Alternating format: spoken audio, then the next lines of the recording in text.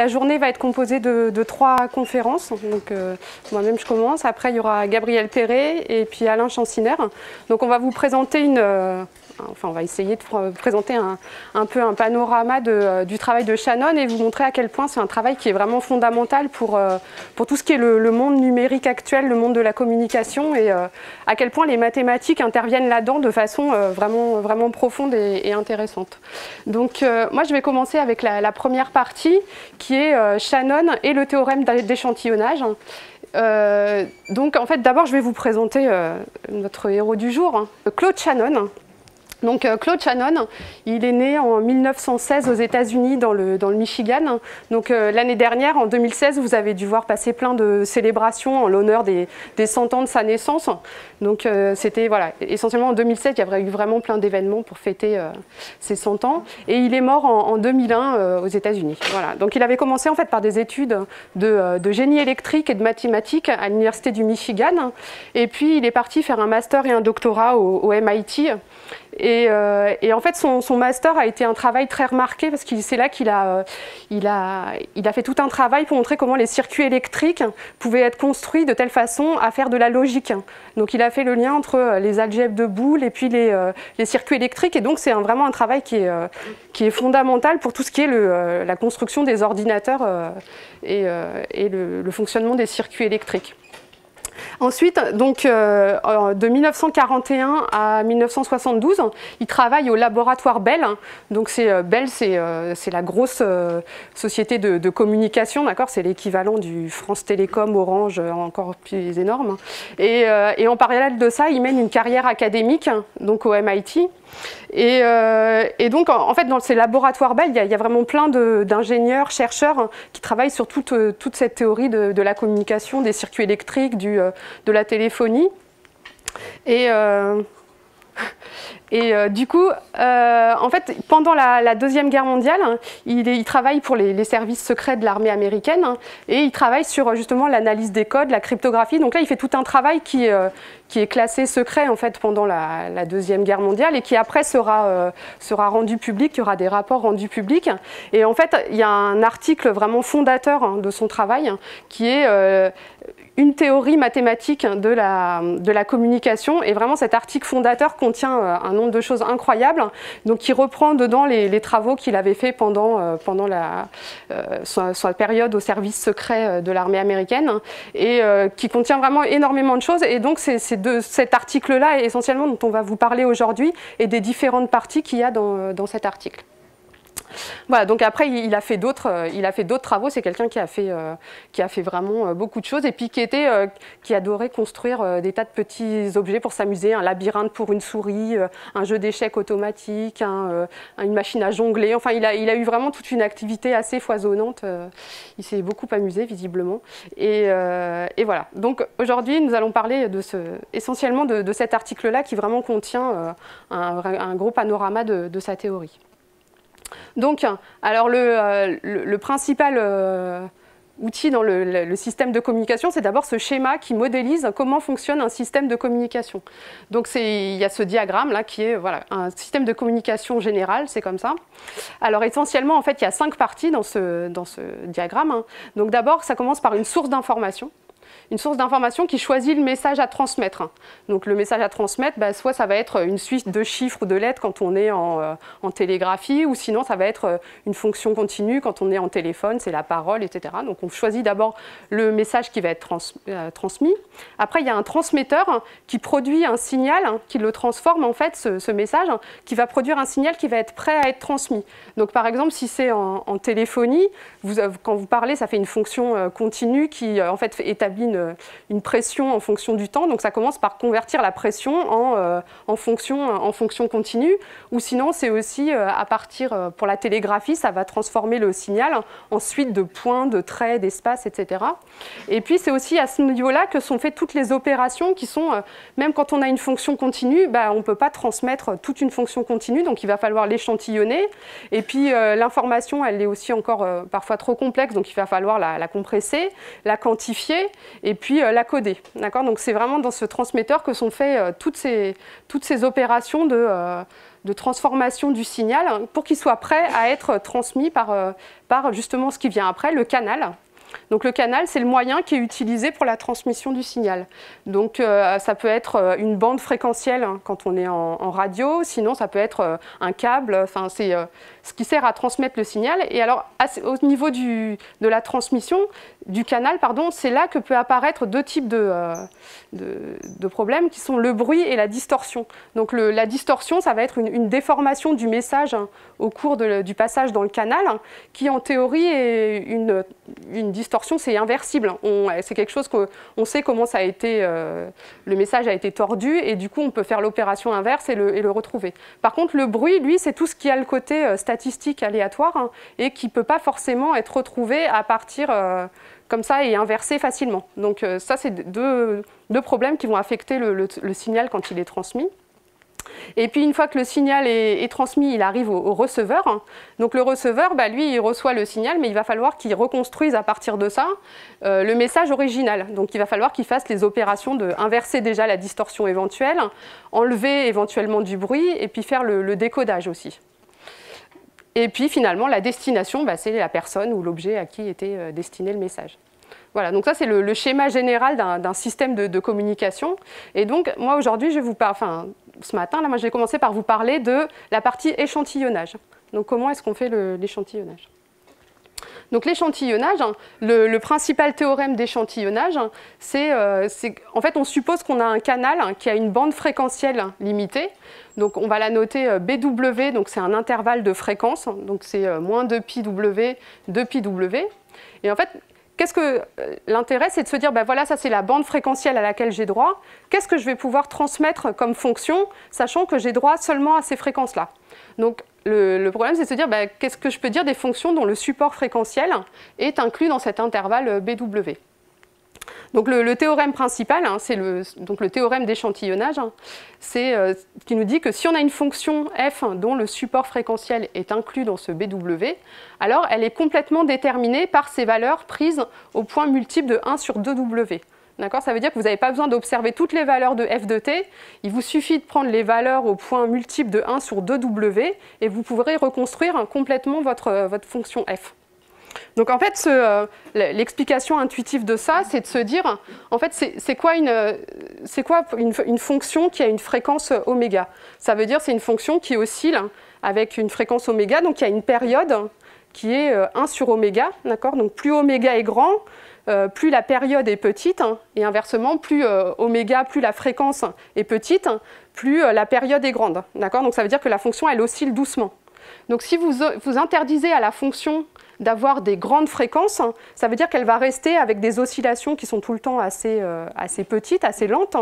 Et donc, en fait, entre deux points qui sont distants de 1 sur 2W, votre fonction, elle ne va pas tellement avoir le choix de varier.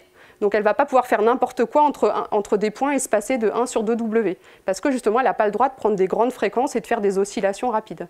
Donc, l'explication intuitive, c'est de se dire, voilà, une fonction, elle oscille doucement et du coup, on peut la prendre qu'en certains points et ça va nous suffire pour la reconstruire. Donc, en fait, ce théorème, alors, je ne l'ai pas appelé le théorème de Shannon parce que, en fait, c'est un théorème que Shannon le dit lui-même, en fait, qui dit que c'est ce fait, en fait, ce résultat, c'est quelque chose qui est connu en fait, dans l'art de la communication. C'est quelque chose que les ingénieurs connaissaient. Et donc, c'était en particulier, il fait référence aux travaux de Nyquist, qui était aussi au laboratoire Bell, en 1928. Et puis, en fait, ça a même été donné par des mathématiciens bien avant, en particulier dans les travaux de Whittaker en 1915. Donc, ce n'est pas un théorème qui est dû à Shannon, mais disons que c'est Shannon qui l'a mis sous forme comme ça plus formelle en disant voilà, c'est vraiment un résultat essentiel pour la théorie de la communication. Donc même si c'était quelque chose de connu, c'est vraiment lui qui l'a mis sur le devant en disant voilà, c'est vraiment quelque chose qui va nous servir en pratique pour savoir comment échantillonner notre fonction continue.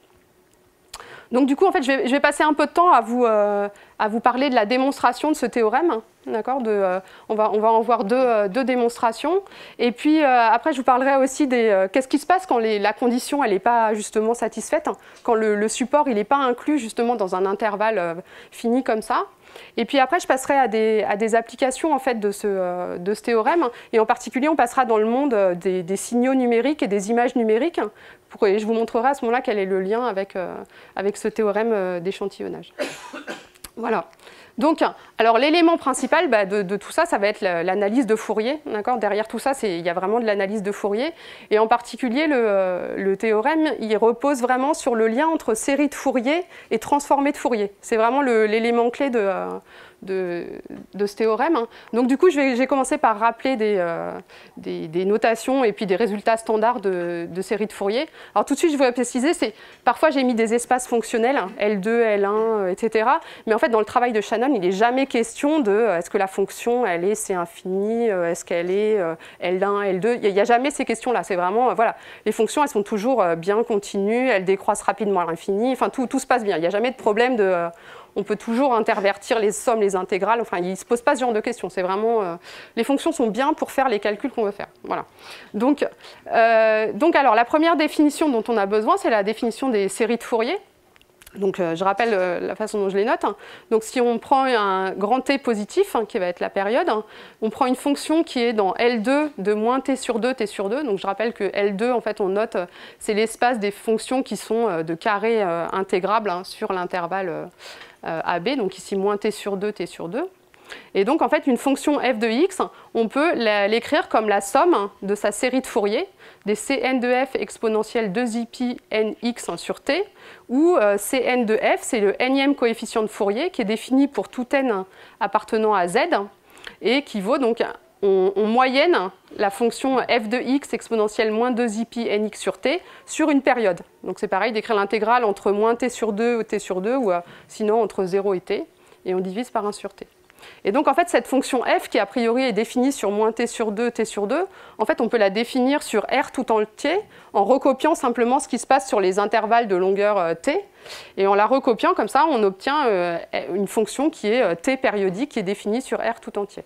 Voilà, donc ça, c'est les séries de Fourier. Après, l'autre ingrédient principal, c'est la transformée de Fourier. Donc la transformée de Fourier, donc là, on part d'une fonction L1 au début, et puis sa transformée de Fourier, donc ça va être le f chapeau de xi, c'est l'intégrale sur R de f de x exponentielle moins xi x dx.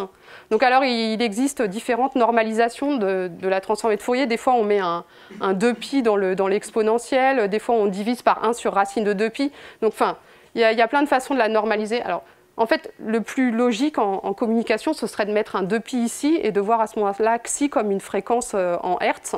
C'est ça les vraies unités en général dans la communication. Mais disons que, voilà, là j'ai noté comme on le note en général en mathématiques. Donc la transformée de Fourier. Et puis, du coup, lorsque cette transformée de Fourier elle est bien dans L1, eh ben, on peut l'inverser. Et puis on peut retrouver la fonction f à partir de sa transformée de Fourier. Donc c'est la même formule avec un facteur 1 sur 2pi devant et puis le moins qui est devenu qui a disparu. Voilà. Et donc en fait cette définition de transformée de Fourier, elle s'étend aux fonctions L2. Et puis on a l'identité de Plancherel ou de Parseval qui nous dit que en gros c'est une isométrie à un facteur 1 sur 2pi près. Donc le produit scalaire entre f et g est égal au produit scalaire entre f chapeau et g chapeau. Et puis quand f est égal à g, on a l'identité de Parseval qui vous dit qu'en gros l'énergie est conservée par la transformée de Fourier. Voilà, donc alors quelques propriétés qui vont justement servir dans la suite et des exemples. Donc la première propriété, c'est le changement d'échelle. Donc si on commence par faire disons un zoom sur une fonction d'un facteur a, donc si on définit fa de x, c'est la fonction f de ax, alors la transformée de Fourier, ça consiste à faire le zoom de facteur inverse, 1 sur a. D'accord ? Donc c'est 1 sur a, la transformée de Fourier de f au point xi sur a. Après, il y a aussi la propriété de translation. D'accord ? Si on translate une fonction d'un y, donc on définit taux y de f, c'est f de x plus y, la transformée de Fourier de taux yf, ça fait sortir une exponentielle complexe qui dépend linéairement c'est exponentielle i, y, xi, f chapeau de xi. On a aussi la propriété de symétrie. Si vous prenez f là en haut, c'est f de moins x. À ce moment-là, la transformée de Fourier de f-, c'est le conjugué de f. Et puis, on a la propriété de produit-convolution, c'est-à-dire que la transformée de Fourier d'un produit de convolution, ça devient juste le produit des termes, et inversement, par transformée de Fourier inverse, la transformée de Fourier d'un produit, ça devient la convolution des transformées de Fourier. Voilà. Et donc en particulier dans cette formule, quand on l'utilise avec f et f-, d'accord, la symétrique de f, et bien en fait la convolution de f avec f-, ce qui s'appelle en fait l'autocorrélation de f, parce qu'on prend f et puis on la convole avec elle-même translatée. Donc ça, c'est ce qu'on appelle l'autocorrélation de f. Et bien la transformée de Fourier de l'autocorrélation, par cette formule, ça devient le module de f chapeau au carré. Donc ça s'appelle le spectre, la puissance spectrale. Donc en fait, la transformée de Fourier de l'autocorrélation, c'est la puissance spectrale. Voilà. Alors quelques exemples dont on va aussi se servir beaucoup dans la suite. Donc le premier exemple, c'est la fonction porte. Si on prend l'indicatrice de l'intervalle moins a, alors sa transformée de Fourier, c'est 2a fois la fonction sinus cardinale au point axi. D'accord. Donc la fonction cardinale, là je l'ai retracée. Donc c'est une fonction qui tend vers 0, mais pas très vite. D'accord. Elle tend comme 1 sur xi en fait en 0. Et puis elle a ses oscillations. Et en fait, plus la porte est large, plus les oscillations sont serrées. Et inversement, plus la porte est étroite, plus les oscillations sont larges. Voilà. Après, un deuxième exemple, c'est la gaussienne, d'accord, donc la fonction gaussienne. Donc en fait, si on prend la fonction exponentielle moins x2 sur 2 sigma 2, sa transformée de Fourier, alors à un coefficient près, c'est la gaussienne, sauf qu'avec le facteur sigma, il passe en haut, d'accord. Donc c'est la variance qui était ici sigma 2, elle devient 1 sur sigma 2. Donc en fait, ici, j'ai tracé en noir et bleu des deux couples de paires, f et f chapeau, en oubliant le facteur ici, d'accord, parce que comme ça elles sont normalisées à valoir 1 en 0 toutes les deux. Et donc en fait, plus la fonction en noir, plus elle est étroite, plus sa transformée de Fourier est large. D'accord. Et ici on voit bien en fait la noire là elle est plus étroite et sa transformée de Fourier est plus large. D'accord. Il y a un facteur sigma de variance dans l'un, sigma 2 de la variance dans l'un et 1 sur sigma 2 de variance dans l'autre. Voilà. Du coup, maintenant, si on a tous les ingrédients pour le théorème d'échantillonnage, donc là, la preuve que je vais vous raconter, c'est la preuve donnée par Shannon. Donc à nouveau, il ne s'occupe pas de problèmes de convergence, de régularité, de quoi que ce soit. Donc on part d'une fonction f, donc qui est de R dans R ou dans C, qui est donc une fonction dont la transformée de Fourier a un support qui est inclus dans l'intervalle BW, qui est moins 2πW, 2πW. Donc on commence par écrire f comme étant le résultat de sa transformée de Fourier inverse. Donc f de t, on l'écrit comme 1 sur 2π, l'intégrale entre moins l'infini et plus l'infini de f chapeau de oméga exponentielle i oméga t d oméga. Et puis comme le f chapeau il est à support compact, c'est juste une intégrale en fait entre moins 2πw et 2πw. Voilà. Donc maintenant si on prend pour t ici, on prend un point de la forme n sur 2w. Pour tout n appartenant à z. Donc en fait ici j'ai juste remplacé t par n sur 2w. Donc ça fait juste 1 sur 2π, l'intégrale entre moins 2πw et 2πw de f chapeau de oméga et puis l'exponentielle complexe pris au point t égale n sur 2w. Et donc maintenant ce que dit Shannon c'est voilà, on reconnaît à droite ici, enfin au coefficient près là, le coefficient de Fourier de f chapeau vu à ce moment-là comme une fonction t périodique avec une période t qui serait 4πw, d'accord, on l'a intégré entre moins t sur 2 et t sur 2. Donc on reconnaît un coefficient de Fourier. Donc en fait, f chapeau elle est entièrement déterminée par ces coefficients de Fourier. Donc comme les coefficients de Fourier c'est les f de n sur 2w, ça veut dire que f chapeau elle est entièrement déterminée par les f de n sur 2w. Et puis comme f chapeau ça détermine aussi f, f est entièrement déterminée par les valeurs f de n sur 2w. Voilà. Et après, il nous dit, en fait, la seule fonction qui peut faire l'interpolation correctement, c'est la fonction justement indicatrice de l'intervalle, moins 2πw, 2πw, et donc ça va nous donner le sinus cardinal après. Voilà. Donc plus précisément, comment est-ce qu'on fait la reconstruction? La reconstruction de f à partir de ces échantillons, on part effectivement de la reconstruction de f à partir de sa transformée de Fourier. Voilà. Et puis maintenant, f chapeau de oméga, ben, je vais le développer suivant sa série de Fourier, d'accord? Vu qu'il est vu comme fonction périodique, donc je le développe suivant sa série de Fourier. Donc voilà, ici, je l'ai remplacé par sa série de Fourier, où je sais que le coefficient de Fourier, justement, il est proportionnel à f de n sur 2w. Donc, alors j'espère que je ne me suis pas trompée dans les constantes, mais normalement, c'est... Voilà, parce qu'il se peut qu'il manque des fois des 2pi, des w, des 2, des... Enfin, voilà.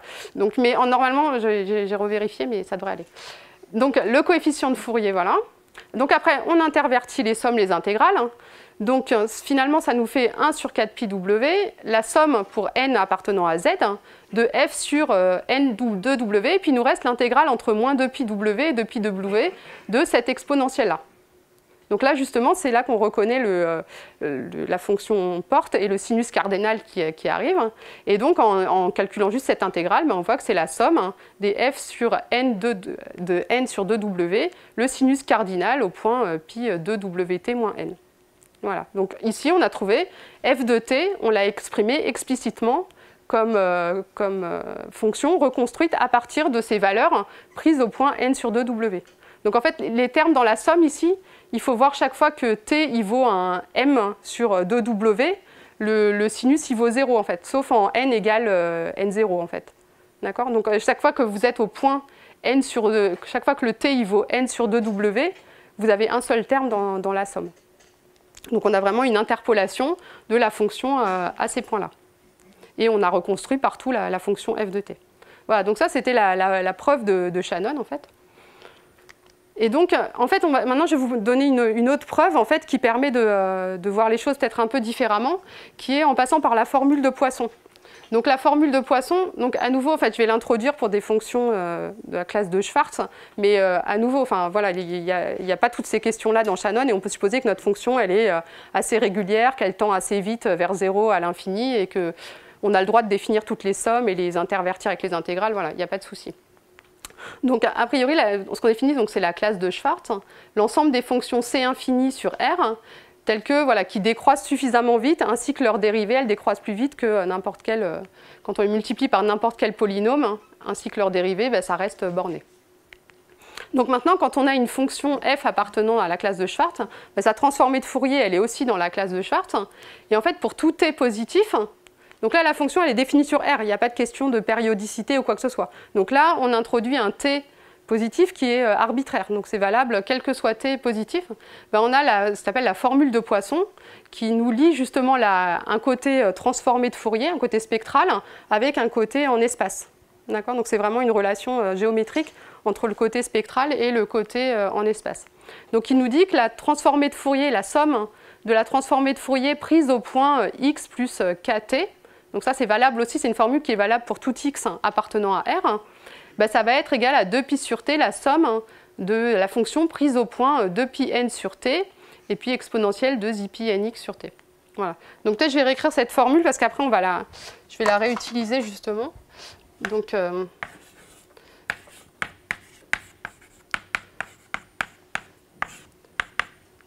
si j'oublie pas les constantes.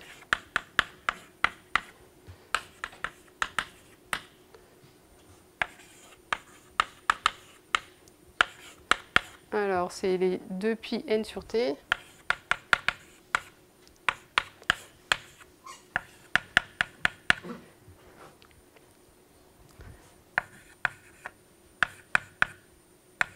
Voilà. Donc ça, voilà, la formule de Poisson. Alors souvent, on la voit peut-être plus dans le cas où, alors déjà, x est égal à 0 et t est égal à 1. D'accord ? Parce qu'à gauche, du coup, on a la somme des f chapeau de k est égale à la somme des f de 2pi n. D'accord ? On la voit plutôt des fois avec le x égale 0 et puis un t fixé égal à soit 2pi, soit égal à 1. Donc, en tout cas, bon, voilà. Donc ça, cette formule générale, c'est la formule de Poisson. Et donc, pour la démontrer, à nouveau, c'est justement ce lien entre transformée de Fourier et coefficient. Et du coup, donc en fait, si on commence par définir cette fonction, la g de x, c'est cette fonction à gauche, là, la somme des f chapeau de x plus kt. Donc, elle est bien définie. Et puis, en fait, c'est une fonction qui est t périodique, parce qu'elle contient tous les translatés, tous les kt dedans, il y a tous les x plus kt, donc quand on la translate de grand T, ben, ça reste la même fonction, parce que la somme, elle porte justement sur k appartenant à z. Donc G, là, c'est une fonction qui est T périodique. Du coup, on peut l'écrire comme somme de sa série de Fourier. Donc, quand on calcule quels sont ses coefficients de Fourier, ben, quand on calcule son coefficient de Fourier, ben, on revient à la définition. Et puis, à nouveau, on intervertit les sommes et les intégrales. Et donc, ça fait ici sortir une somme pour k appartenant à z d'intégrale entre 0 et t de f chapeau de x plus kt exponentielle, etc. Et là, on fait juste un changement de variable, c'est-à-dire que l'intégrale qui est entre 0 et t, on la réécrit comme une intégrale entre kt et k plus 1t. Donc à ce moment-là, on somme plein d'intégrales qui sont entre kt et k plus 1t, donc on se ramène à une intégrale sur r. Finalement, on a l'intégrale sur r de f chapeau de x exponentielle moins 2i pi nx sur t. Et donc là, eh ben, on reconnaît par transformée de Fourier inverse, ici on a juste 2pi sur t, f alors pris au point moins 2pi n sur t. Donc le coefficient de Fourier de la série de Fourier de G, eh ben, c'est lié à la fonction f. Donc finalement, quand on reconstruit G par sa série de Fourier, donc G, là j'ai rappelé sa définition, c'est la somme des f chapeaux de x plus kt, on le réécrit comme somme de sa série de Fourier, donc j'ai mis le moins, voilà, il y a un moins qui est entre le coefficient et l'exponentielle, et donc on l'écrit somme de sa coefficient de Fourier. Le coefficient de Fourier, on le remplace par sa valeur. Et on a justement exactement le terme qui fait intervenir la somme de la fonction prise au point 2pi n sur t, qui était justement, donc on a exactement la formule de Poisson. D'accord ? Donc ça, c'est... alors, pourquoi c'est lié en fait après au théorème d'échantillonnage ? Donc maintenant, du coup, pour le théorème d'échantillonnage, on va partir à l'inverse de la formule de reconstruction. Donc si on part de la formule de reconstruction, donc la formule de reconstruction, elle nous dit... Voilà, on prend la fonction au point multiple de 1 sur 2w qu'on pondère avec le sinus cardinal. Et donc ça c'est censé être égal à la fonction f d'origine. Donc là, pour l'instant, je l'ai appelé fr. Et donc le but, c'est de montrer que ce fr, il est bien égal à f. Du coup, pour le montrer, on va montrer que leurs transformées de Fourier sont égales. Donc quand on calcule en fait la transformée Fourier de ce fr, en fait, ici, le sinus cardinal, on avait vu que c'était la transformée de Fourier d'une fonction porte. Et puis ici, on l'a pris en faisant des facteurs de W, puis en faisant des translations de n. D'accord ? Donc en fait, en utilisant juste les propriétés de transformée de Fourier, finalement, ça, c'est la transformée de Fourier de ça. On retrouve l'indicatrice de l'intervalle moins 2pi w, 2pi w. Et puis, on a fait sortir, comme on a fait un décalage de n, on a fait sortir une exponentielle complexe. Exponentielle inxi sur w. Donc ici, c'est juste la transformée de Fourier de ça. Et maintenant, si on utilise la formule de Poisson, donc que j'ai rappelée là. Donc la formule de Poisson, quand on l'utilise pour f avec grand T, on prend justement 4pi w. Donc on remplace là-dedans dans la formule. Et bien, on a ce côté-là, et on le remplace justement avec le terme, le côté spectral, le terme sur f chapeau. Donc finalement, la formule de Poisson nous dit directement que cette transformée de Fourier, donc ça on n'y touche pas, le terme indicatrice, il reste devant, et puis on a la somme des f chapeau de xi plus k fois 4pi w. Donc qu'est-ce qui se passe maintenant, c'est que lorsqu'on a une fonction f dont la transformée de Fourier f chapeau, elle est à support dans cet intervalle moins 2pi w, 2pi w, ben en fait dans cette somme, tous les termes ils sont disjoints, parce que le support est... Quand on translate comme ça, eh ben le support, les f chapeaux translatés, ils ne peuvent pas se rencontrer parce que leur support, il est justement dans moins 2pi w, 2pi w. Donc en fait, dans cette somme-là, en fait, finalement, il n'y a qu'un seul terme qui correspond au terme k égale 0. Donc finalement, cette somme-là, elle est juste égale à le terme en k égale 0, c'est juste f chapeau de xi. Donc finalement, eh ben, la transformée de Fourier de fr est égale à la transformée de Fourier de f, et donc par conséquent, fr est égal à f. D'accord ? Donc ça, c'est en utilisant la formule de reconstruction. Mais du coup, cette formule ici de Poisson, ici en particulier la transformée de Fourier de la reconstruction, c'est assez intéressant pour un phénomène qu'on observe après, qui est justement de se dire, qu'est-ce qui se passe quand mon f chapeau, il ne va pas vérifier ça, quand le f chapeau, il n'est justement pas à support fréquentiel borné, comme ça, dans un intervalle moins 2pi w, 2pi w. Donc qu'est-ce qui se passe à ce moment-là ? Eh bien, justement, c'est ce qu'on appelle le phénomène d'aliasing, ou phénomène en français de repliement spectral.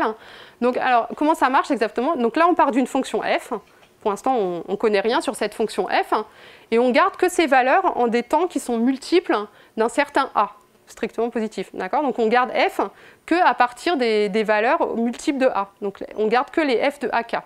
Donc maintenant, si on se dit par le théorème d'échantillonnage, je vais juste écrire la reconstruction à partir de ça, je prends ma formule de tout à l'heure, là, sauf que mon 2πw maintenant c'est devenu, mon a c'est 1 sur 2w, d'accord ? Et donc j'écris la fonction que je peux reconstruire à partir de ces échantillons. Donc c'est fr de x, c'est la somme pour les k appartenant à z, de f de ak sinus cardinal de pi x sur a moins k. Et donc en fait si on calcule la transformée de Fourier de ça, par le même principe que tout à l'heure, on reconnaît la transformée de Fourier d'une fonction porte, et puis on a une translation, et puis on utilise la formule de Poisson. Et bien à ce moment-là, la transformée de Fourier, c'est égal à ça. Donc il y a l'indicatrice de l'intervalle moins pi sur a fois la somme de la transformée de Fourier translatée à chaque fois de 2π sur a. Donc on a tous les translatés comme ça de la transformée de Fourier. Donc en fait, donc qu'est-ce qui se passe si le f chapeau, il est bien à support dans moins pi sur a, à ce moment-là, dans cette somme, il va y avoir un seul terme. D'accord ? Il va y avoir juste le terme qui correspond à k égale 0. Et donc, là, on est dans les conditions du théorème d'échantillonnage. Et donc, f, à ce moment-là, on a bien fr chapeau qui est égal à f chapeau. Et du coup, la reconstruction, elle est bien exacte. Par contre, maintenant, si le support de f chapeau, il est plus grand que l'intervalle moins pi sur a, à ce moment-là, la transformée de Fourier de la reconstruction, comme ça, elle va faire apparaître plusieurs termes dans la somme, et on va voir apparaître ce qui s'appelle un phénomène de repliement spectral. Donc le spectre, il va se recoller avec celui de f, il va se superposer. Donc juste pour vous illustrer ça, en fait le phénomène, donc ici à gauche, c'est quand il n'y a pas de repliement spectral. Donc ici l'intervalle que je considère c'est moins 1, 1.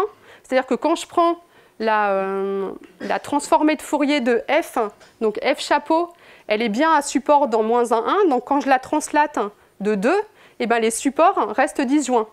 D'accord ? Il n'y a pas de chevauchement entre les différents supports qui sont dans ma somme ici. D'accord ? Les sommes, elles font apparaître que des supports disjoints. À chaque fois, il n'y a qu'un seul terme qui est non nul dans la somme. Par contre, après, si le support de f chapeau il est trop grand, en fait, quand je vais additionner les différents termes de la somme ici, les termes ils vont se superposer, et du coup la transformée de Fourier de fr chapeau, ça va être celui qui est en pointillé ici.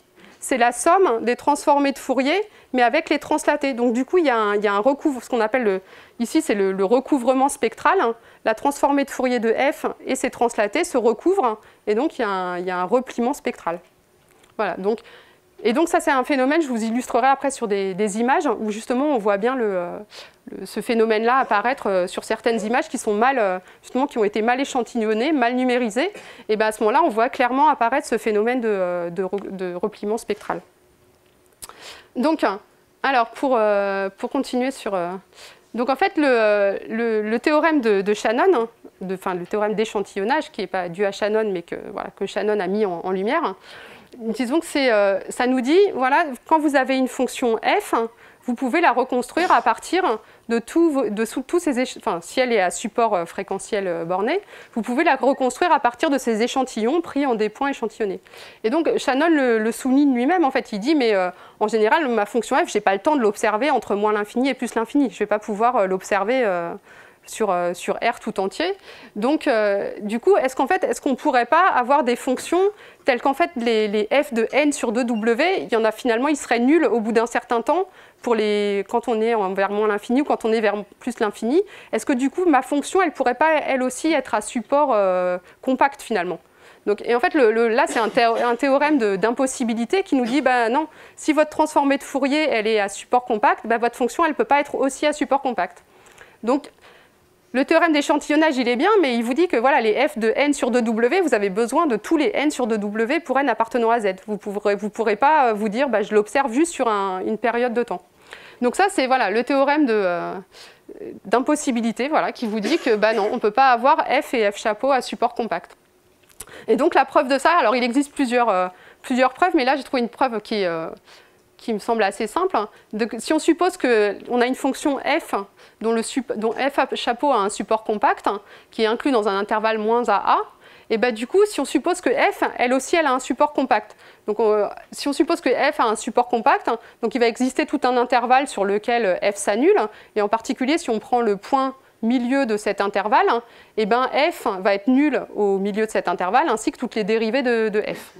Donc, il existe un point t0 tel que pour tout n entier, et ben, les dérivées de f au point t0 sont nulles.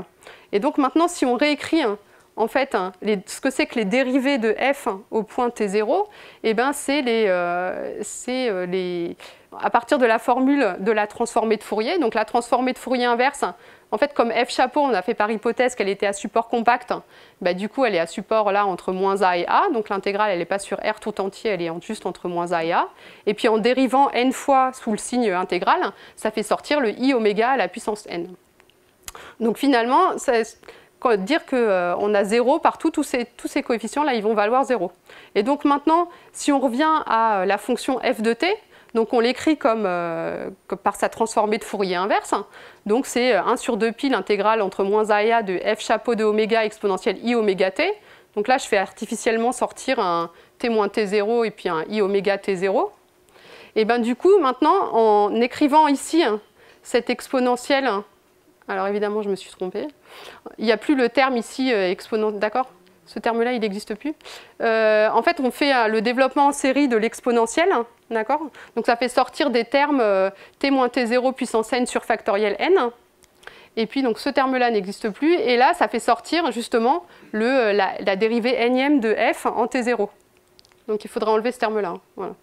Et du coup, tous ces termes-là, ils valent 0. Donc tout ça vaut 0. Donc f, elle est identiquement nulle. D'accord ? Donc on a montré que si f, elle s'annulait sur un intervalle, bah, du coup, en fait, elle est forcément identiquement nulle.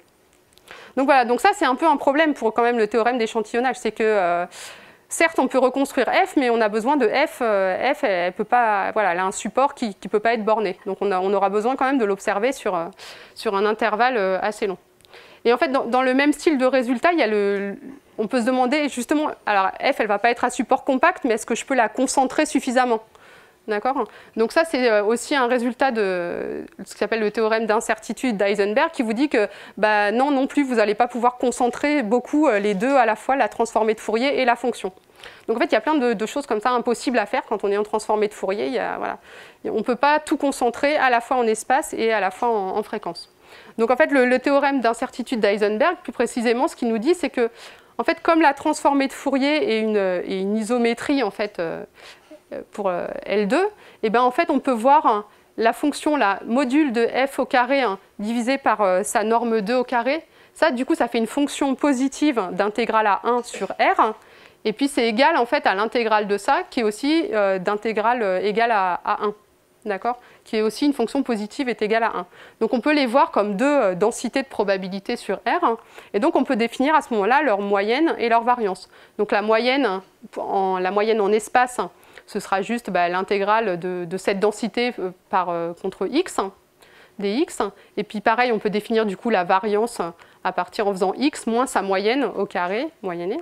Et puis on fait pareil en fréquentiel. On peut définir pareil une moyenne en fréquentiel et puis une variance fréquentielle.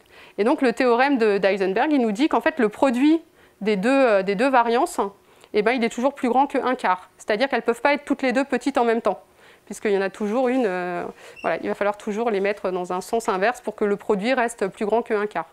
D'accord ? Donc en fait, le théorème de Shannon, il vous dit que en fait, par le théorème d'échantillonnage, certes, quand vous avez une fonction qui est dont la transformée de Fourier est à support compact, vous allez pouvoir la reconstruire à partir de ces échantillons. Mais en fait, plus votre support va être compact, plus votre fonction elle va avoir des valeurs non négligeables assez loin. Plus son support à elle va être grand en fait. Donc vraiment, il y a un compromis à faire entre justement être bien concentré en espace et en fréquence. Et donc en fait, les fonctions qui réalisent le mieux ça, c'est justement les fonctions gaussiennes. C'est celles qui réalisent l'égalité en fait ici dans cette inégalité. Voilà. Donc en fait maintenant, je vais vous parler d'un troisième type de transformée de Fourier qui est vraiment la transformée de Fourier qu'on utilise dans le monde numérique. Parce que justement, quand on transmet un signal, on ne transmet pas une infinité de f de n sur 2w. On n'en a qu'un nombre fini. D'accord ? Donc en fait, la transformée de Fourier discrète, c'est vraiment la transformée de Fourier qu'on utilise dans les signaux numériques qui sont finis, dans les images numériques qui ont des tailles finies. On n'a pas des échantillons de taille infinie. Donc je vais commencer par vous parler de cette transformée de Fourier, puis on va voir justement ces interactions avec la transformée de Fourier continue qu'on a vu tout à l'heure. Donc en fait, voilà, un signal numérique, la façon dont ça se présente, c'est des valeurs échantillonnées en des temps discrets, et puis c'est pendant un intervalle de temps fini. Donc on a juste un nombre fini d'échantillons. Donc à ce moment-là, du coup, en fait, j'ai ce que je vais appeler un signal numérique f, qui est de taille grand N, ça va être une suite finie de fk.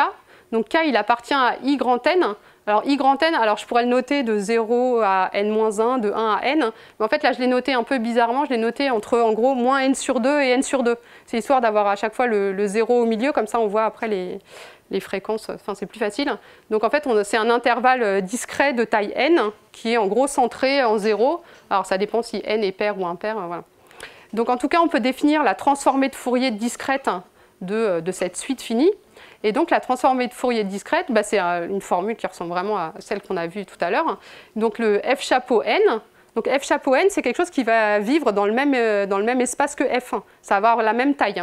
Il est défini pour les petits n qui appartiennent aussi à in. D'accord ? C'est deux choses qui vivent vraiment, qui ont la même dimension, qui vivent dans le même espace. Et donc c'est la somme pour les k appartenant à i grand N des fk exponentielle moins 2 pi kn sur grand N. Voilà.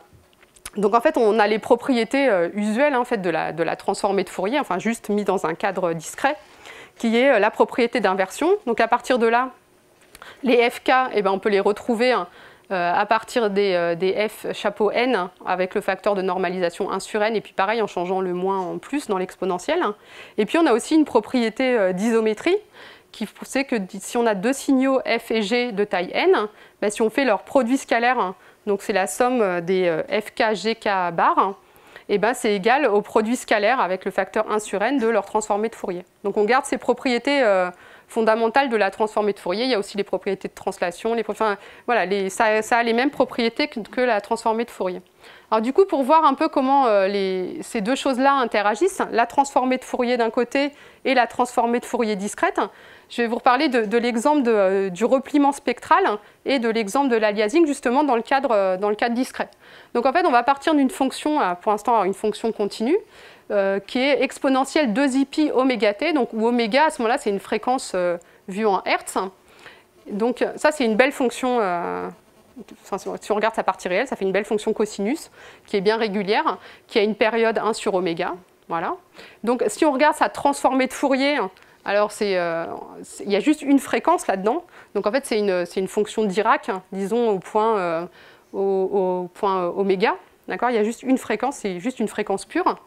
Et donc on voudrait trouver juste un Dirac en oméga. Donc maintenant, cette fonction f, comme j'ai dit, en fait, on ne va pas l'observer partout, on va l'observer juste sur un intervalle de temps fini, puis on va prendre que certains échantillons. Donc, alors là, l'exemple que je vais vous montrer, c'est un exemple jouet, hein, c'est juste des valeurs à la main comme ça, mais c'est représentatif d'un phénomène qu'on trouve plus généralement. Mais là, on peut faire vraiment tous les calculs explicitement. Donc si on prend un intervalle de temps delta t, supposé être petit, et puis si on prend un entier grand N assez grand, de telle façon que n delta t est plus grand que p, d'accord ? C'est-à-dire que en fait, votre fonction, vous allez l'observer tous les multiples de delta t. Donc vous voulez quand même avoir observé la fonction sur plus d'une période, d'accord ? Donc on veut que n grand N delta t soit plus grand que p. Et donc on va garder la fonction seulement au point f de k delta t pour k compris entre 0 et n. Donc on prend que les multiples comme ça de delta t, et puis on n'en prend qu'un nombre fini grand N. Donc à ce moment-là, on a une fonction, on a un signal discret, fs de k, et puis on peut calculer sa transformée de Fourier discrète. Donc en utilisant la formule, voilà, la transformée de Fourier discrète, c'est juste la somme de la fonction, et puis exponentielle moins 2i pi kn sur n. Et puis quand je regarde en fait plus précisément le module de ça au carré, ça fait le module de cette somme au carré. Cette somme, elle se calcule explicitement. Et puis en fait, quand on regarde, il va sortir une constante en haut qui dépend pas de petit n. Et puis en bas, ça fait sortir ce terme-là. Donc ça fait une constante sur sinus carré. Donc il y a le sinus carré de de pi, alors oméga delta t moins petit n sur grand N. D'accord? Donc en fait, qu'est-ce qu'on voit? C'est que si... donc maintenant, nous, on va observer notre fonction qu'au point petit n delta t. Donc en fait, ce qui se passe, c'est qu'ici, on ne va pas jamais atteindre... Idéalement, la transformée de Fourier, elle serait censée avoir un pic, juste un Dirac en oméga. D'accord? Mais ici, justement, on va voir ce qui va se produire suivant la valeur de n et delta t. Et donc, en fait, la première possibilité, c'est de prendre un échantillonnage suffisamment dense. Donc, dire que l'échantillonnage est dense, c'est dire que delta t, il est plus petit que p. Delta t plus petit que p, ça veut dire qu'à l'intérieur d'une période, vous avez déjà mis plusieurs observations. D'accord? La longueur entre deux observations, elle est plus petite que la période. Donc, quand on fait ça, c'est équivalent à dire que, en fait, comme p, c'est 1 sur oméga, c'est que pareil de dire que oméga delta t est plus petit que 1. Donc maintenant, si on revient à cette formule-là, eh ben, en fait, quand on regarde oméga n delta t, ça c'est quelque chose qui est un nombre, en fait, qui n'est pas forcément entier, mais il y a un entier qui est le plus proche de ça. Et l'entier le plus proche de ça, donc on le note n0, donc il existe un n0 tel que, voilà, ça c'est le mieux approché par un entier. Et donc à ce moment-là, c'est n0, ça va être la fréquence discrète à laquelle on a estimé notre signal par la transformée de Fourier discrète. Et donc l'erreur avec la vraie fréquence qui est oméga, c'est plus petit que 1 sur n delta t. C'est plus petit que cette erreur-là. Donc maintenant, si on regarde la transformée de Fourier discrète, bah alors, donc là sur cet exemple-là, et donc le pic ici, le pic le maximum de cette fonction-là en fonction de n, ça va justement être en ce n0. C'est là que le sinus il est le plus petit possible et que donc ici la puissance spectrale elle est la plus grande possible. Donc sur un exemple, alors je ne sais pas si vous voyez bien, il y a une vraie fonction en pointillé là derrière, qui est le cosinus oméga t justement, qui est derrière. Donc ici c'est un exemple, alors j'avais pris oméga c'est 2,83. Et donc ce qui correspond à une période à peu près de 0,35. Et donc il est échantillonné au point k delta t, avec delta t qui est un pas de 0,1, et puis grand N niveau 10. Donc en fait les points d'échantillon, c'est juste les ronds là que vous voyez. D'accord? Donc en fait on a juste la fonction, il faut la voir juste comme si on regardait que les ronds, les petits ronds de cette fonction. Et en fait à partir des petits ronds, donc on peut calculer une transformée de Fourier discrète. Donc c'est exactement ce 1 sur sinus carré qui est tracé ici. Et en fait, le 1 sur sinus carré, ben, il est donc défini au point 1, 2, 3, les entiers. Et donc, il va avoir son pic. La valeur maximale de ça, ça va être en n0 égale 3, qui justement est l'entier le plus proche de 2,83. D'accord? Donc, en fait, on ne fait pas une très grosse erreur en estimant la vraie fréquence de cette fonction en utilisant sa transformée de Fourier discrète. Donc ça, c'est le cas où l'échantillonnage il est suffisamment dense. Par contre, maintenant, si votre échantillonnage il est parcimonieux, vous n'avez pas échantillonné suffisamment vite votre fonction, et bien à ce moment-là, on peut complètement changer les valeurs des fréquences. Donc maintenant, si on se place dans le cas où le delta t il est plus grand que p, c'est-à-dire que vous ne prenez même pas un point par période. Vos points, vous les prenez espacés de plus d'une période. Ben à ce moment-là, au lieu de trouver un pic, ici le pic, au lieu d'être près de oméga, il va se retrouver complètement ailleurs. Et en fait, on a plutôt maintenant l'existence de deux entiers, n0 et m0, tels que oméga delta t, ben, il va s'écrire m0 plus n0 sur n1. Et donc, en fait, notre signal, le pic ici de la transformée de Fourier avec le sinus carré, il va se retrouver en n égale n0, qui est très loin en fait, du vrai oméga, parce que le vrai oméga, il est plutôt approché par le m0, et vous allez vous retrouver avec une estimation qui va se retrouver en n0. Donc, et en fait, parce que ce qui se passe dans ce cas-là, c'est que le signal avec la fréquence oméga, quand on l'échantillonne au point comme ça, k delta t, mais quand les points delta t sont trop loin, eh ben, il va avoir les mêmes échantillons que le signal avec une fréquence complètement décalée, qui est oméga moins m0 sur delta t. Donc ces deux signaux-là, ils vont avoir les mêmes échantillons. Vous ne pouvez pas faire la différence au niveau des échantillons. Et donc en fait, justement, c'est là qu'apparaît ce phénomène d'aliasing et de repliement spectral, où le spectre s'est retrouvé complètement à un autre endroit que là où il aurait dû être. Et donc sur le, sur le même exemple que tout à l'heure, donc là c'est toujours mon signal avec oméga égale 2,83, sauf que maintenant j'ai fait un échantillonnage parcimonieux avec un delta t qui est égal à 1. C'est-à-dire que ici je prenais 0,1, j'avais un point tous les 0,1, d'accord? Alors maintenant j'ai pris un point tous les 1, donc du coup ça m'étend l'intervalle d'observation. Tout à l'heure j'étais entre 0 et 1, maintenant je suis entre 0 et 10. Et puis mon signal, maintenant, il ressemble à ça. Enfin, le vrai signal en pointillé, là, c'est toujours mon signal avec la fréquence 2,83. Et maintenant, le signal échantillonné, il est celui-là. Donc on voit clairement qu'il n'a pas du tout la même tête que tout à l'heure. On voit qu'il a une oscillation beaucoup plus grande que tout à l'heure.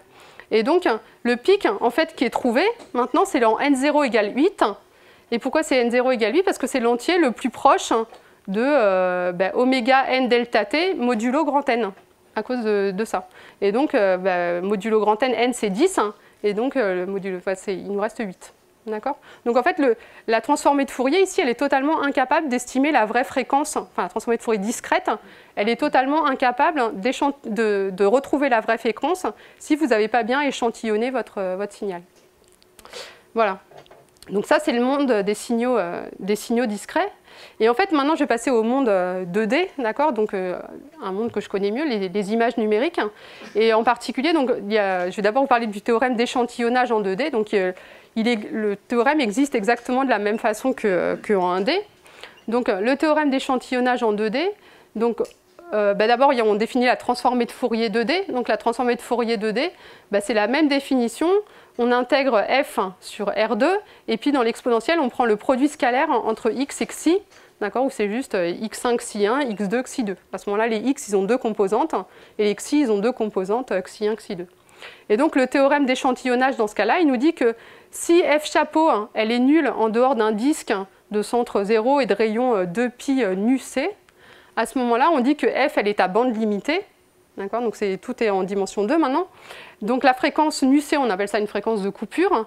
Et en fait, pour tout a qui est plus petit que justement 1 sur 2 nu c, on va pouvoir reconstruire f à partir de ces échantillons pris au point multiple de a. D'accord, donc c'est les points de la forme AK1 et AK2 avec K1, K2 qui appartiennent à Z.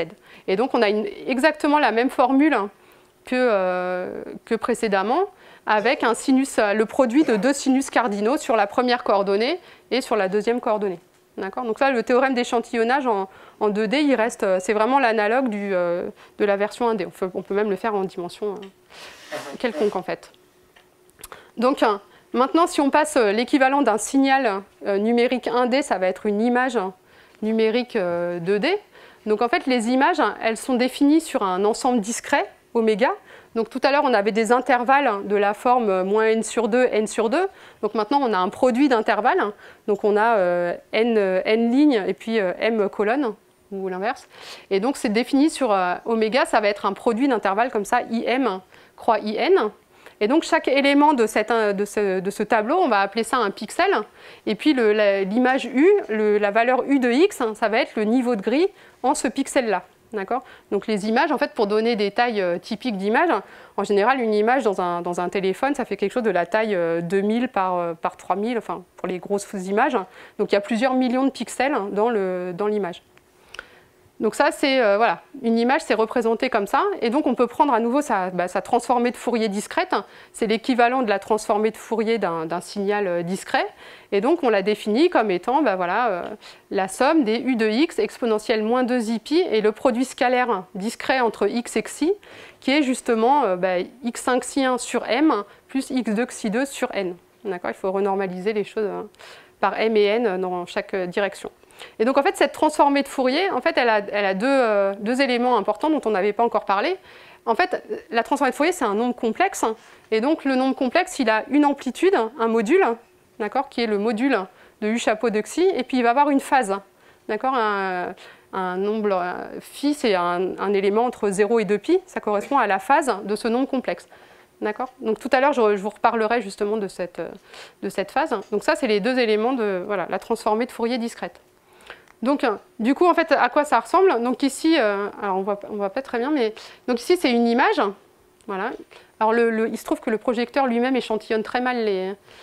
Donc c'est dommage que je t'avais montré des choses d'échantillonnage, du coup vous allez voir que tout est pas beau. Donc en fait cette image elle est plutôt pas mal normalement, d'accord. En fait ici il y a un pantalon avec des rayures qu'on voit bien, le foulard il a des belles rayures, la table elle a des beaux carreaux, etc. Donc si vous regardez je pourrais vous montrer sur mon ordinateur, après elle est vraiment belle cette image normalement. Et donc ici c'est sa transformée de Fourier, enfin c'est le module pour représenter, en fait on représente séparément le module et la phase.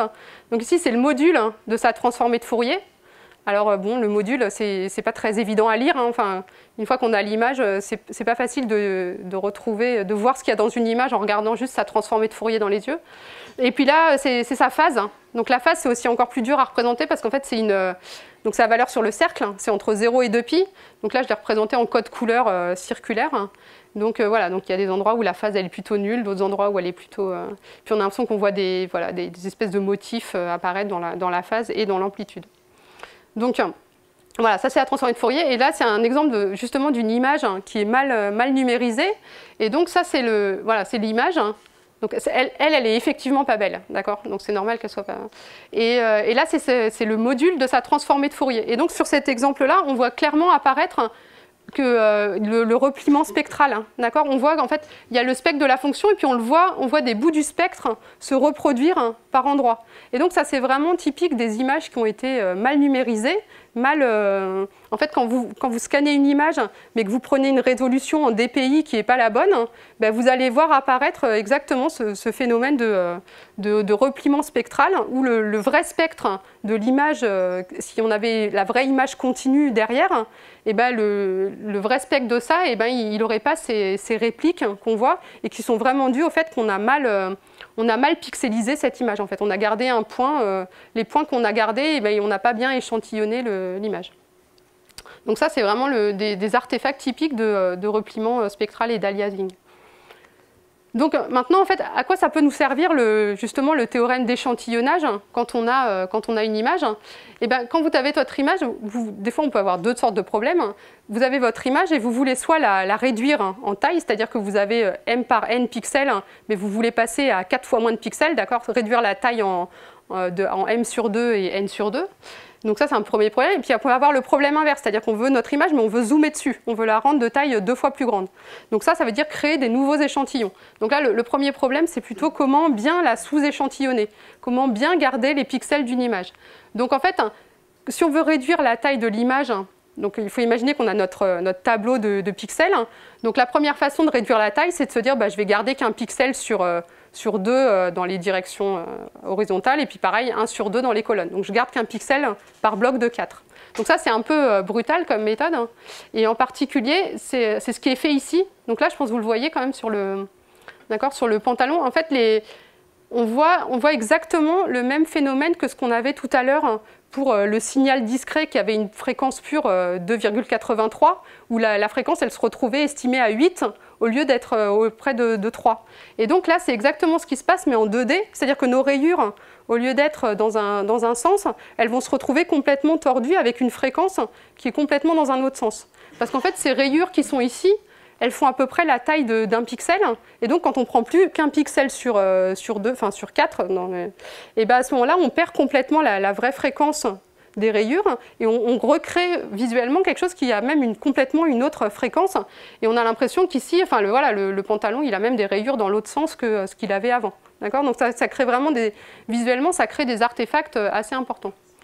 Donc en fait, d'où ça vient? Ça vient du fait que notre image, elle n'est pas bien échantillonnée, et du coup, elle ne va pas être bien représentée par seulement les échantillons pris 1 sur 4. Parce que justement, son support fréquentiel, il n'est pas limité, parce que cette image, elle a justement un support fréquentiel qui remplit tout le domaine de la transformée de Fourier discrète ici. Donc en fait, une des méthodes pour bien l'échantillonner, c'est d'abord de mettre l'image dans les conditions du théorème d'échantillonnage.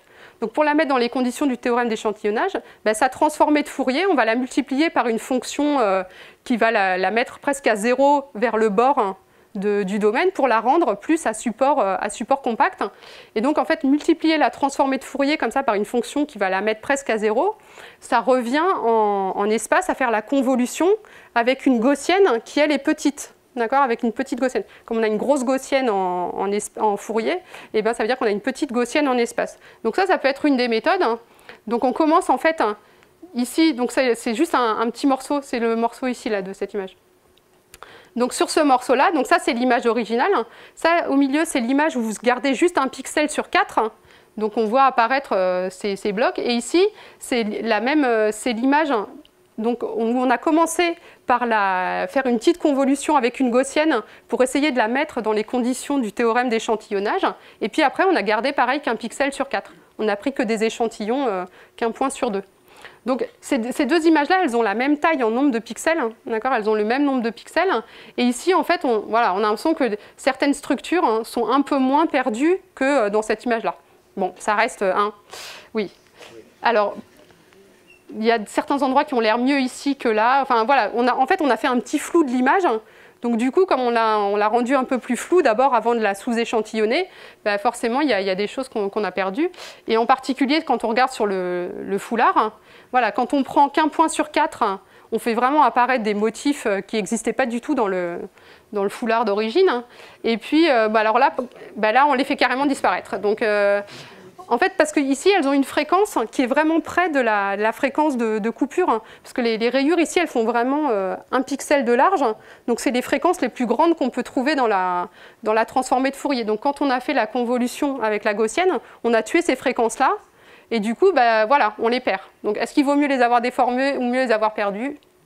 Ça dépend des applications, peut-être. Voilà.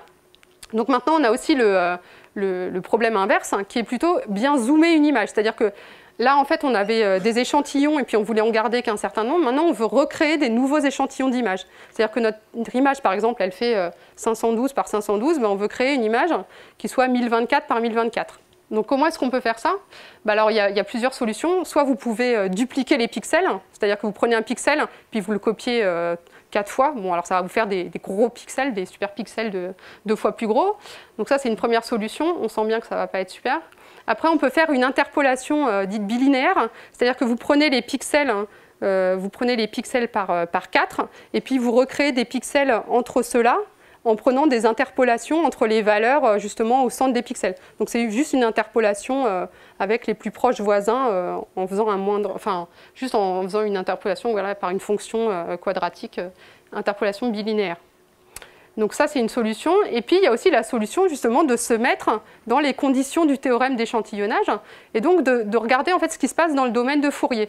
C'est-à-dire que dans le domaine de Fourier, vous commencez par prendre votre image, sa transformée de Fourier, et puis vous voulez en fait vous mettre dans les conditions du théorème d'échantillonnage, et donc vous voulez que la transformée de Fourier soit à bande fréquentielle limitée. Donc vous avez une transformée de Fourier de plus grande, juste en mettant des zéros tout autour. D'accord? Donc ça, c'est ce qu'ils appellent c'est pas très joli comme terme, mais le zéro padding. Donc c'est l'extension par zéro de la transformée de Fourier. On a notre transformée de Fourier ici de l'image originale, on lui rajoute une bande de zéros autour, et après on prend le Fourier inverse. D'accord? Donc ça, c'est justement pour se placer dans les conditions du théorème d'échantillonnage. Donc en fait, quand on fait ça, alors voilà, donc là, c'est les différentes solutions. Donc ici, c'est la duplication des pixels. Donc la duplication des pixels, on ne voit pas bien parce que en fait, ça fait des gros pixels du coup à l'image. Enfin, vous avez l'impression que c'est pareil que tout à l'heure. Ici, c'est l'interpolation bilinéaire qui a tendance à lisser un peu les choses. Et ici, c'est justement le zéro padding de la transformée de Fourier. Donc en fait, si on regarde de plus près, donc ici c'est quand on a dupliqué les pixels, donc vous voyez que ça fait apparaître des gros pixels. D'accord, on a l'impression que c'est justement elle n'est pas à la bonne taille cette image-là, mais en fait c'est juste que chaque pixel il est présent 4 fois. Donc en fait vous voyez juste les gros pixels. Donc ça c'est la version interpolation bilinéaire. Donc en fait on a l'impression que c'est un peu trop lisse, d'accord, ça a un peu trop régularisé l'image. Et ici c'est la version par justement extension par zéro de la transformée de Fourier. Donc ça fait ressortir peut-être des structures un peu plus nettement, mais en même temps ça fait peut-être ça amplifie un peu peut-être le bruit et des oscillations qui sont sur le front ou ailleurs. Donc en fait ça c'est un phénomène justement ces phénomènes d'oscillation, c'est un phénomène qui est très lié au phénomène de Gibbs. Parce qu'en fait, donc là, sur cette image-là, j'ai fait la même technique que tout à l'heure. Donc là, c'est juste une image, alors, je ne sais plus combien elle fait, elle n'est pas très grande, mais j'ai voulu la dupliquer, d'accord, doubler sa taille en faisant la technique du zéro padding, de l'extension par zéro de la transformée de Fourier. Donc en fait, si on prend la transformée de Fourier de ça, et puis on met des zéros autour, et après on prend la transformée de Fourier inverse, et bien on se retrouve avec ça. Ce qui est vraiment pas beau du tout en fait. Et ce qui vient du fait que ici, pour créer un bord comme ça, et bien quand on a un bord bien droit, et bien pour créer un bord comme ça avec une transformée de Fourier, bien vous êtes obligé de mettre plein de coefficients. Vous n'allez pas pouvoir le faire juste avec quelques coefficients. Il faut vraiment des coefficients dans toutes les fréquences pour arriver à recréer un bord comme ça à partir de la transformée de Fourier. Et donc quand on rajoute des zéros autour dans notre transformée de Fourier, et ben en fait, c'est comme si on faisait une espèce de coupure fréquentielle. Et donc, au lieu d'avoir notre vraie fonction créneau, en fait, ici, ça c'est juste une coupe ici le long d'une ligne. C'est ce qui se passe le long d'une ligne. Donc, le long d'une ligne, on a des oscillations là, près du bord ici, puis près du bord là, et puis après, dans le noir, on ne les voit pas, mais il y a les mêmes oscillations qui sont dans le bord noir. Et ça, c'est vraiment le phénomène de Gibbs qui est dû au fait que j'ai tronqué ma série de Fourier à un endroit, et donc j'ai fait apparaître ces oscillations près du bord. Et ça, c'est un artefact qui est, qui est vraiment typique de la coupure fréquentielle et du fait de mettre à zéro des fréquences trop grandes. Donc c'est vraiment brutal en fait de mettre à zéro des fréquences. Ça peut créer vraiment ce genre d'artefact sur des images. Alors sur les images précédentes, on le voyait pas parce qu'il n'y avait pas de bord aussi net que ça. Mais là, quand on fait des images un peu artificielles, on voit clairement apparaître un bord très, très net. Et là, la transformée de Fourier, quand on la tronque, eh ben, elle est vraiment il y a typique de ce phénomène d'oscillation, phénomène de Gibbs. Et donc, alors ça, évidemment, ici, sur ce genre d'image, c'est un problème qu'on n'aurait pas eu en faisant l'interpolation bilinéaire, où on aurait juste fait un bord qui serait descendu en deux étapes entre les deux, et voilà, on n'aurait pas eu ces artefacts. Donc ça, c'est vraiment des artefacts de transformée de Fourier. Voilà, donc en fait, juste pour finir, en fait, dans ces images, donc là, en fait, ce qui se passe dans les images naturelles, en fait, bon, alors il n'y a pas des bords aussi abrupts que ça en général, mais il y a quand même des bords dans les images, parce que les images représentent des objets. Et donc, en fait, dans ces objets, donc on a vu qu'on avait la transformée de Fourier, mais la transformée de Fourier, en fait, on l'a considérée comme un tout, mais finalement, elle a cette amplitude et cette phase. Et en fait, les deux jouent des rôles vraiment très différents pour les images. Donc, en particulier, ce que je vais vous montrer ici pour une petite expérience simple pour finir sur la discussion entre qu'est-ce qui est codé dans une transformée de Fourier. En fait, quand on prend deux images qui ont la même taille en nombre de pixels, et puis on prend leur transformée de Fourier. Donc la transformée de Fourier, elle a un module et une phase, et puis on fait l'échange.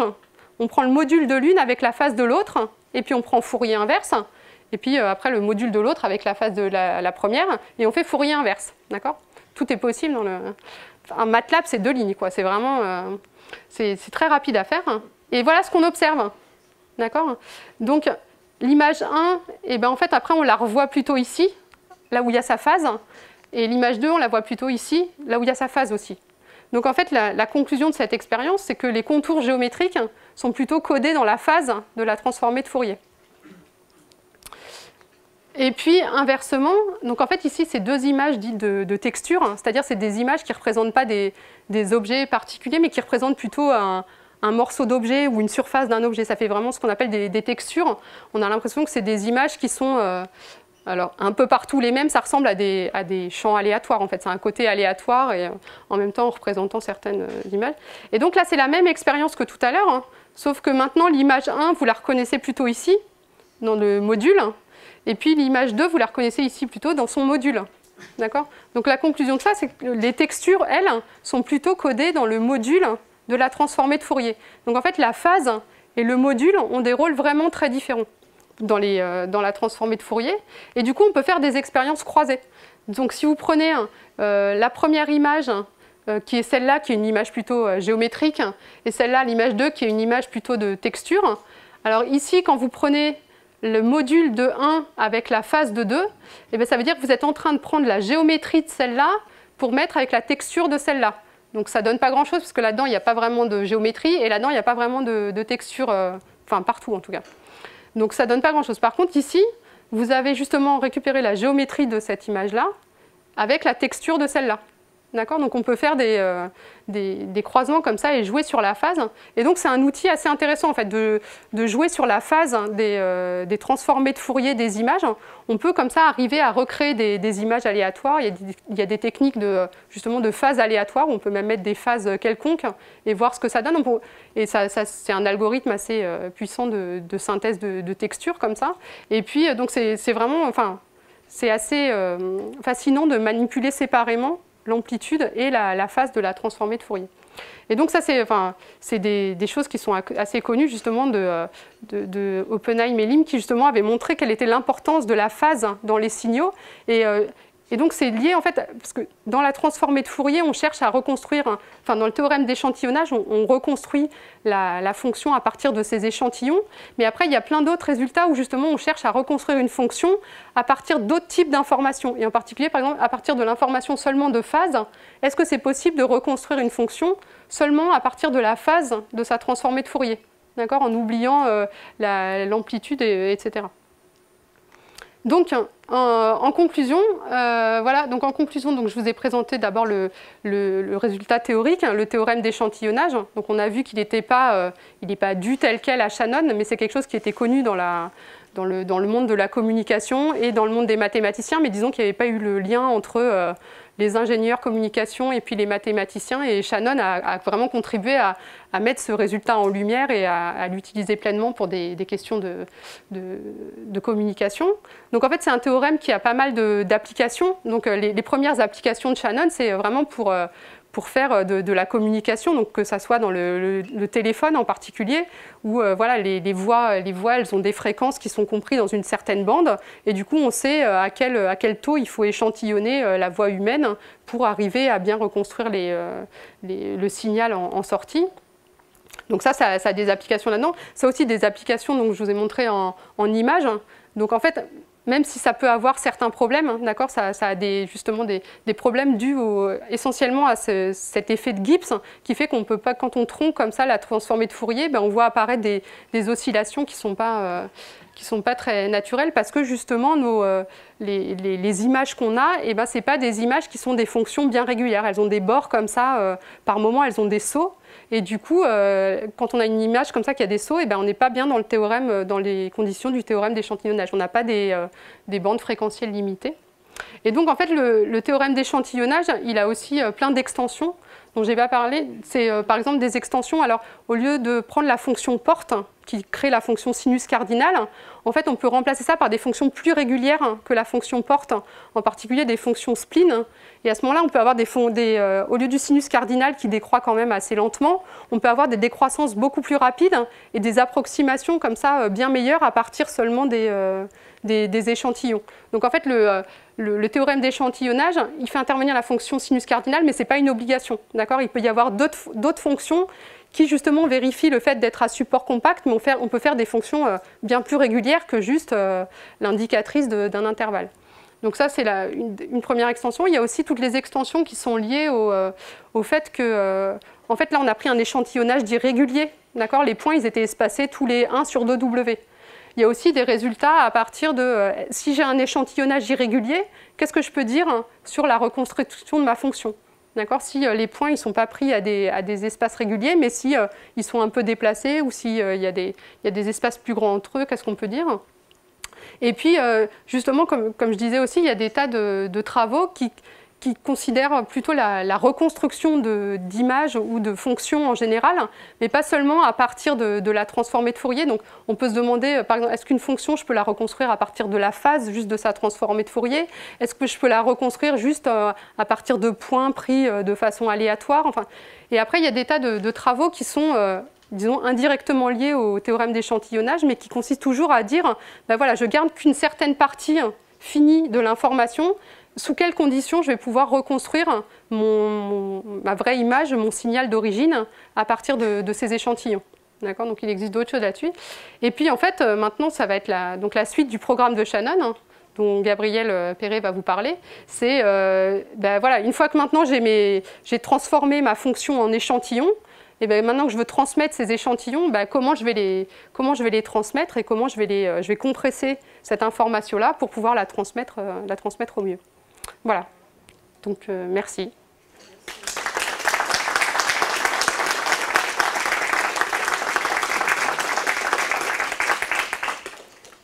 Donc vous avez dit que la reconstruction du signal à partir des échantillons ne se fait pas obligatoirement avec des sinus cardinaux.